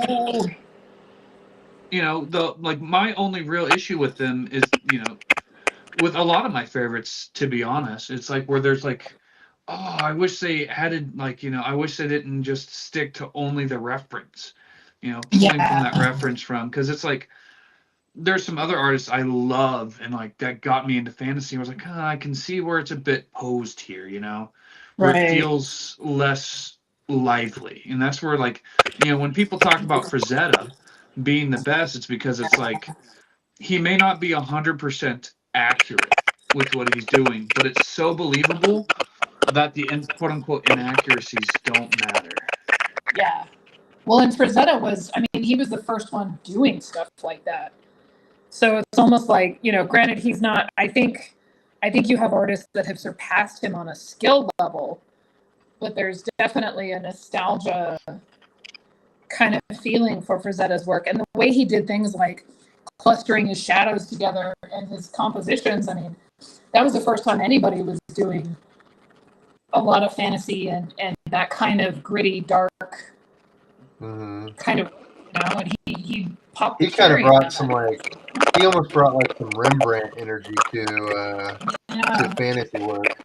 Yeah, I mean, oh my gosh, you take a look at the paintings Frazetta did as a literal child.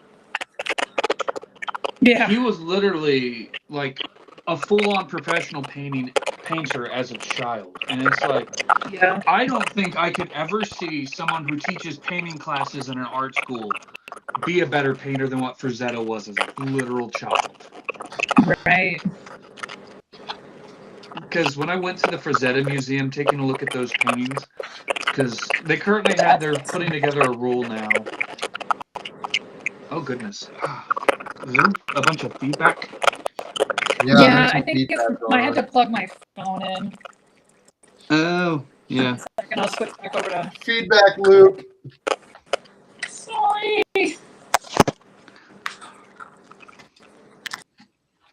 It's interesting trying to see like the tiny little thumbnail on my phone screen to see how the rendering is looking on Superman here. It looks good.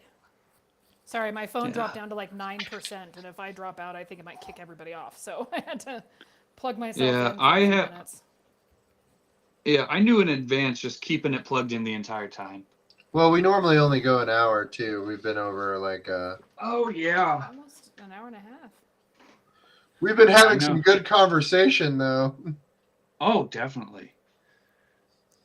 When you were talking about reference, I wanted to touch on that too, of using reference, because I've got my reference photo for my leopard face here too. So as you were saying, not being married to the reference versus, that's why the process is so important of like thumbnailing.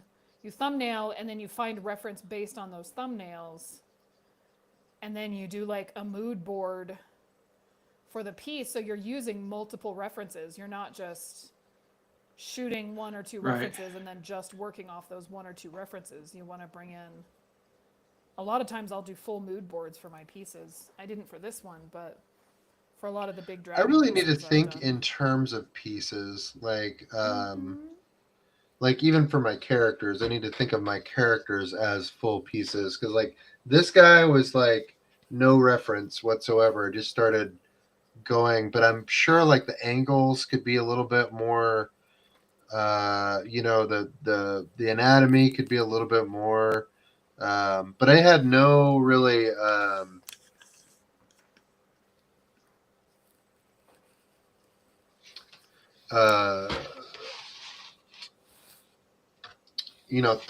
thought process other than starting with his hat and just kind of going down. Well, you don't really like conceptualize. So when I get an idea for a piece, the whole idea shows up in my head fully formed. And like that's why I struggled with that class I took in Denver, was because she was talking about, experimenting and doing thumbnails and doing 10 to 12 thumbnails and from different angles and like, mind mapping the symbolism behind the stuff. And that's like, pieces have always just downloaded into my head. Yeah, and mine ends up being a conversation on the paper, like with what the lines and the shadows are doing. And like I'll put a mark down and then it'll just be, they all feed off each other, and then I'm bouncing around until I have like this little whimsical little gnome holding a dragon popping out of a cup. Yeah, and that's one thing that's so like, this is why like the big thing right there is like, I push my students especially to do references and learn the entire process, because Yeah. references, thumbnails, and everything. Because it's like I find thumbnailing to be important no matter what. I do still thumbnail, but I'll only do like 1 or 2 thumbnails. I don't do like 10 or 12. Yeah, which I know the way I was kind of taught and like was to do like, aim for as many as you can possibly go for, because it's like your first idea may end up being your best, but you don't know that until you've done multiple. Oh, I do. I do. No, I'm kidding. And so for me, No, 'cause it's yeah, like, it prevents you from. It helps you create a stronger piece overall. That will, like, all the problem stuff of your piece will be worked out as a thumbnail before you even Yes. get it to a fully rendered piece. So that's something I do need to focus more on, is the process and getting things worked out. So I'm good with the drawing stage a lot of time, but then I'm super lazy about like the black and white, the tonal stage, and the color planning stage. And I know that's hurting my work on a whole. The color yeah, planning stage, you got solid colors as far as I can tell. My tonal stuff can be a Oh, lot okay. better. Like I can yeah, lump my because shadows better. I tend to do, yeah, there tends to not be much of a color story in my work other than, oh my God, I love Lisa Frank and I'm going to paint with all the colors. totally, yeah, because that's something that, yeah, and I can like, so basically the way I've been kind of taught the process over the last few years, especially from when I was in grad school, the way we kind of had our submissions for like certain assignments. Oh, hold on. There we go. I just realized I was on the wrong layer. There we go. Is basically you do your thumbnail stage. So it's better. So we were kind of pushed to do at least try to aim for at least 10. Right. And I know there are people that I know that like do like 50. Ain't nobody got time for that. 50 You're But- a better artist than I am. Well, the of the thing same is, of the same design, 50 iterations Different of the same thumbnails, design. Yeah. sort of, yeah, because it's like the idea of doing what ifs. Right. Right. They're gonna pick the second one they did or the third one, regardless. Not But necessarily. now they can make I'm a more just educated saying. decision. But yeah, it does come down to that, like being able to make an educated decision.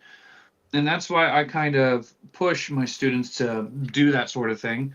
But in generally speaking, here's how I kind of lay out the process based on how I was taught. It's you do your thumbnails, layouts,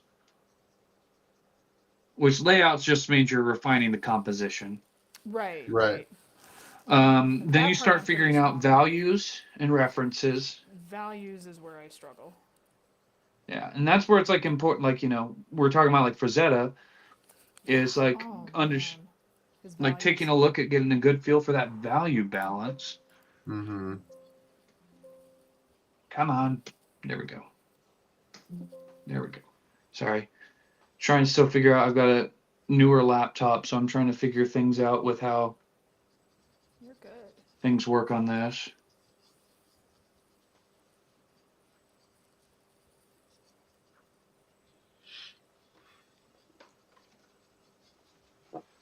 So, but that references value rough, kind of like final sketch, stuff like that. Because, no, not everyone has to subscribe to this rule of thought, but I think it is nice in many cases to give I yourself think it's a pretty solid schematic for making good picture making. Yeah. Yeah. Well, you got to learn the process too. I never went to art school, so this is like I'm still painting by the seat of my pants normally. Same.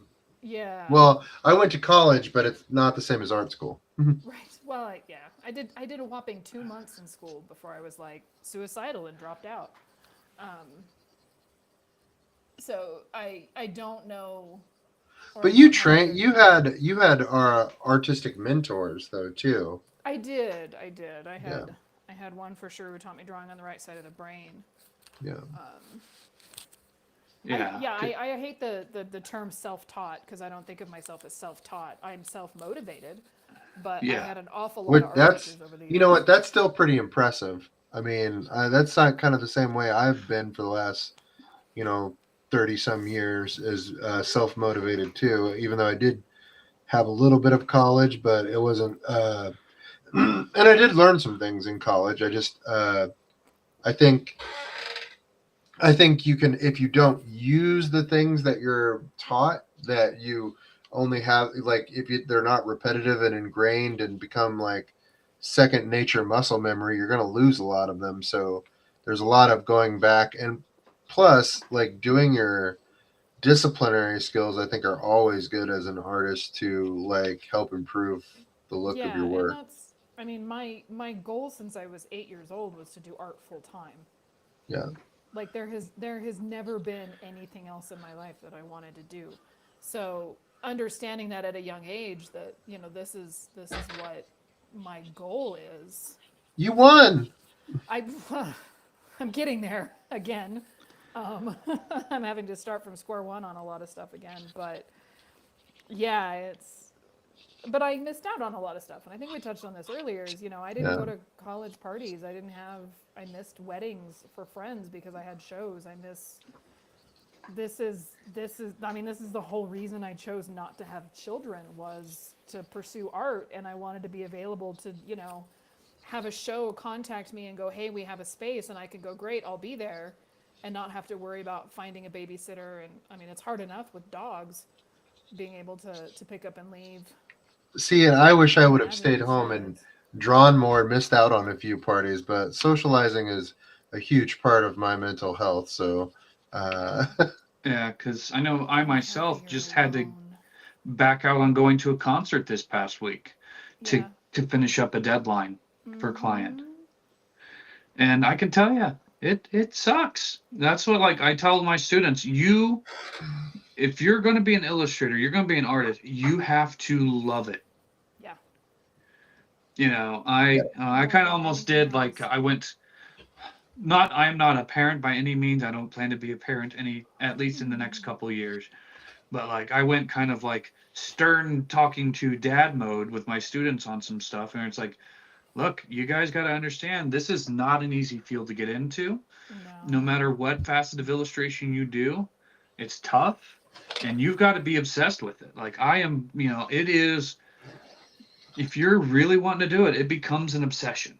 Yeah. Well, and there's always somebody out there who's willing to sacrifice more to get the jobs, Yep. right? You're always going to have people like me who are okay, like having very few friends and, just staying home all the time in order to do what needs to be done in order to get to where I wanted to go. Yeah, and that's something that's being able to A lot of people sacrifice aren't that. willing to give that up. Yeah, of course. And it's a difficult thing to sacrifice because I've missed out on a lot in the last month or so just for the sake of doing this contract I had. About 5.5 weeks of work. And then on top of that, teaching. So you just imagine there on how much things just add up with how much you're having to do. And it's just like, oh, well, I'm missing out on living life. And Spread that it's out over something, 20 years. yeah. And that's something that's very difficult. And it's like, it's something that I'm finding hard to contend with is why, because it's like I know I want to start a family and be a parent someday, but I know how tough this is, and I always forget you're such a baby. Like Alan and I could be your parents. I Yeah. know. You're such a baby. He's such a sweet baby. You got plenty of time. You got plenty of time.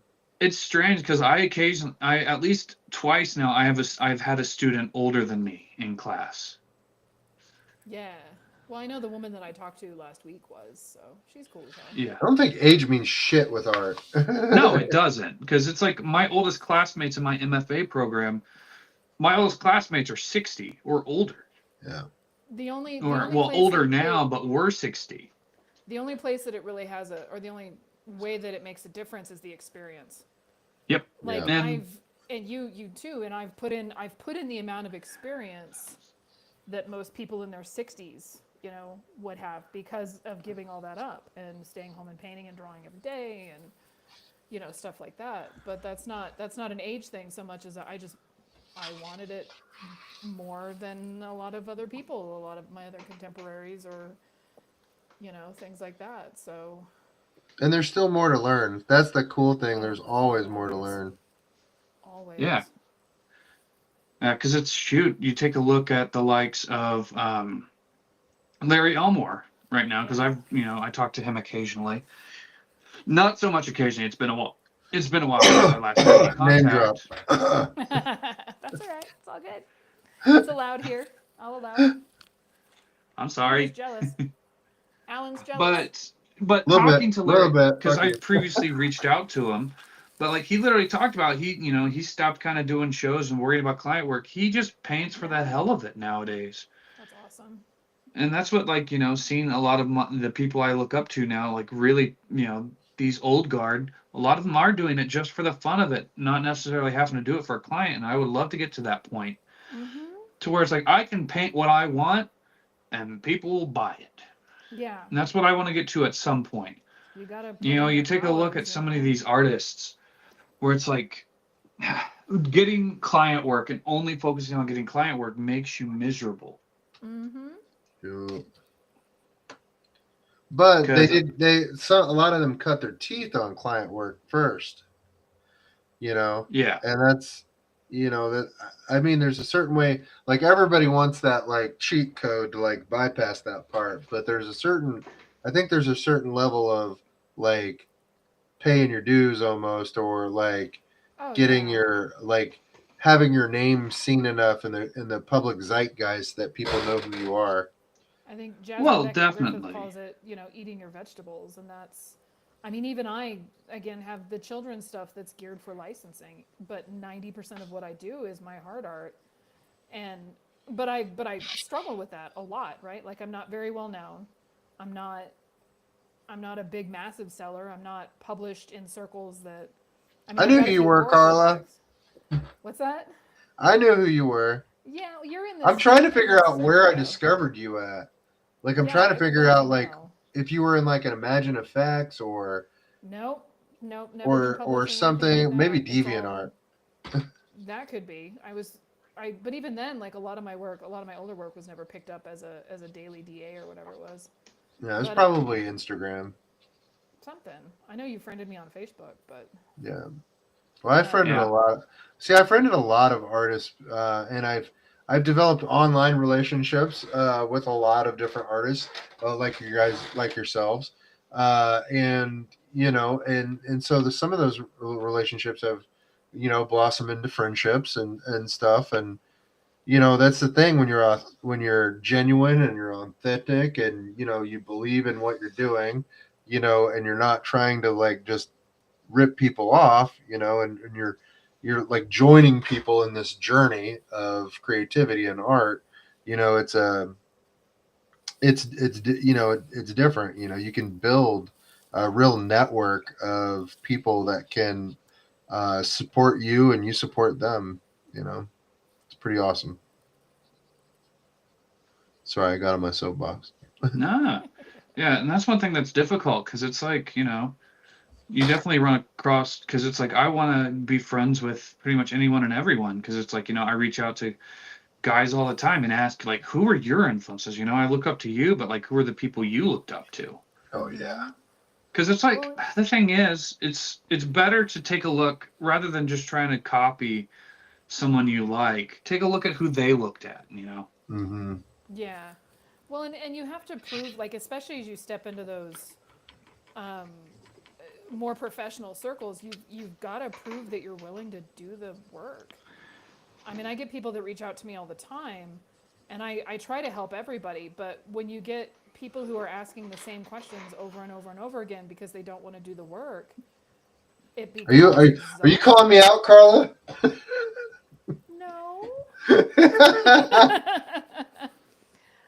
No. I'm joking. No. I'm joking. No. But I understand the limitations I put on myself. Yeah, but it's when 15 people are emailing me and it's all the same question, I mean, I would be spending all of my time answering everybody else's questions and not painting. And so, you have some of these people and other people are like, well, they're a bitch, or they're a bad person, or they weren't nice to me. And it's like, you were probably the 15th email they received that day. Yeah. Asking, the same question. And a lot of times it's questions that if you just took 5 minutes on Google, you know, Right? you could figure it out. And That's probably. You're talking about me. Thanks, Carla. I'm not specifically. You're a wide gambit of people. I'm joking. I'm I joking. know you are. I'm gonna get a lecture later. That's not me. That's not me though. Yeah. I know, like, shoot, like, you know, you kind of talking about that, Carla, like, people reaching out and stuff. And it's like, I remember I had, you know, with Donato Giancola at IX, I had him take a look at my stuff, but it's like, I actually emailed him thanking him for his advice and stuff that he gave me. And he actually apologized because it's like, he kind of cut things short because he was tired and stuff. Oh yeah. Because it was after the second night of the showcase and he's already been doing however many days of talking to people. Yeah. But it's like, I still appreciated his time. Yeah. And that's it too, like just understanding like where the boundaries are and the respect is, and Yeah. knowing that, you know, at a show, I'm on from the moment that I get there before the show opens, because there's usually other vendors walking around and whatnot. So if you have a show that's 10 to 7, 10 to 8, you know, I'm on from 9 until we zip up the tent, and it's exhausting. You know, that's why I crash for a week after shows, is it's exhausting. Yeah, that's what, like, I know I was like practically sick the day after I got home from IX because Yeah, my I body's drove, just like no more. you know, 600 miles plus Yeah. in one single day. Like I left Pennsylvania at like before 6 in the morning. Mm-hmm. I got home. So, because it's like I had to go drop off the rental, which was in a town an hour away. I got home in like under 12 hours. Yep. Because I barely stopped. I had snacks and stuff packed with me. I didn't stop for food or anything because I just drove straight thing. And the next day, I had a sore throat so bad I had to cancel a double date. Yep. So my first panic attack came. I had 6 shows in 8 weeks, and I was bouncing between 4 states, and I was working at the same time. So I would load the car Wednesday night. I would drive all day Thursday. I would set up for the show. I would do the show Friday, Saturday, Sunday, tear down for the show, drive all day Monday, go to work Tuesday, Wednesday, and do that again. And I did that 6 times in 8 weeks, driving between Texas, Arizona, Colorado, and across New Mexico. And at the end of that, I had my first panic attack. Oh, geez. I can only imagine. It was too much. And now I try not to book 2 shows in 1 month anymore, but show season is show season. The majority of these shows are in spring and autumn.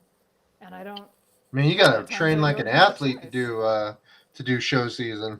It's it's a lot. And I literally don't do anything else. I don't get any paintings done. I don't, like...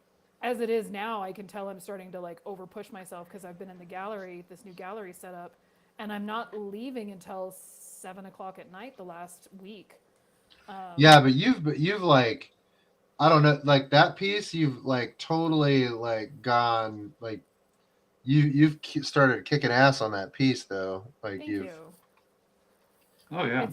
It's been worth it. But you know, I took 1 day off this week and I completely crashed yesterday. I barely got out of bed. Yeah. I'm not in my 20s anymore, and I need to remember that. That's what, like, I basically have not been able to really take a break or take a day off because it's like Friday night, I finished sending in all my stuff for this contract, sent out the invoice Saturday morning, you know, enjoyed, you know, technically I did take the day off partially for Valentine's Day. That's partially. I do that all the time. You gotta feel so good getting it all turned in though, dude. Getting it all turned in, getting the invoice turned in. Oh my God, yeah. That's what, now I just got to make sure I get paid in a timely manner because sometimes clients, you know, you wait a month to get paid with some clients, and oh my God, let me tell you how hard that is when you aren't making much to begin with. Yeah. Right. Yeah. I find the term day off is too heavy for my ADHD brain, so I've started calling them I've unstructured been days because I just don't take days off. I can't. I just don't understand what a day off is. honestly, I've been fairly lucky with the clients that I've taken on, or personal commissions that I've taken on. That I think there was only really one issue that I ever had where with payment, but that was because I was basically the guy haggled me down all the way to doing multiple pieces for multiple pieces for nothing. But that's kind of where I like learned my lesson. Yeah, we all got to learn that. But for the most part, most of the clients that I've had pay me quickly as soon as I'm done with the piece, and the commission. So it's like I feel pretty happy about that. But I Always definitely take have heard half down, some. folks. Always I've take definitely half heard down. some wild stories. Yeah. Always take half down. And I'll do layaway on originals, but if they default on a layaway, they don't get that money back. I don't care how Yeah. far into the layaway they are. If they've been paying on a year, they're not getting that money back. Have you had that happen very often? No, I've had people request, especially recently with like the job market and things being so clusterfucky. I've had people request to hold, and that I don't mind. Like I'm really easy to work with. I really, really am. So I've Just had tell people me you're like gonna pause hold for payments a and couple stuff. months and start paying again. Yeah, exactly. But if they disappear and it's a year or 2 years before they, are able to get back to me, I reserve the right to sell the original at full price again. Mama needs fed. Yeah, like if you're in contact with me, that's fine. I get it. Shit sucks right now, especially right now. And I was doing this in 2008 when the economy crashed. Then I was doing that. This ain't my first crash rodeo before. Yeah. So I'm really easy to work with. But yeah, there comes a point where it's like I have bills that I have to pay, and please don't be late on my payments. But that's why, again, that goes back to the whole licensing and why I have an agent. So he's the one that tracks down companies who aren't paying their licensing fees, Yeah.